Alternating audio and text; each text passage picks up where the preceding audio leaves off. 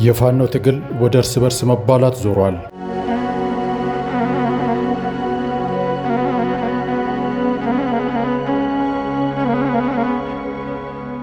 ፋኖ በሚል ስም ጫካ የገቡ ስብስቦች ዛሬ የት ደረሱ?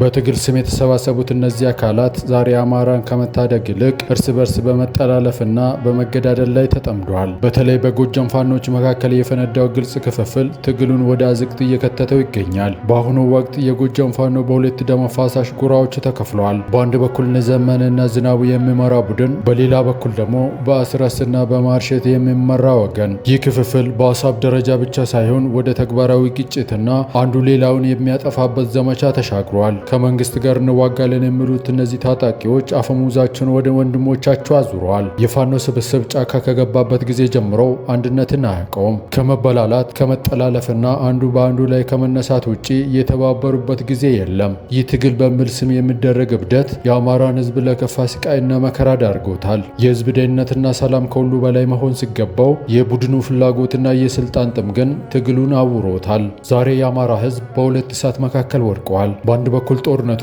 በሌላ በኩል ደግሞ ፋኖንን የሚሉት አካላት እርስ በርስ መባላት ህዝቡን መጠጋ አሳጥቷል። ለህዝብ እንቆማለን የሚሉት ድርጅቶች እርስ በርስ ሳይስማሙና ሳይረጋጉ እንዴት ለህዝብ ነጻነት ሊያመጡ ይችላሉ? ይህ የእርስ በርስ መገዳደልና ክፍፍል ለማን ይጠቅማል? አማራን ወደ ስቃይ ከመክተትስ ውጪ ምን ትርፍ አለው? የፋኖች መበላላት የት ሊያበቃ ይችላል? ሀሳባችሁን በኮመንት አጋሩን። ለተጨማሪ መረጃ ቻናላችንን ሰብስክራይብ ያድርጉ።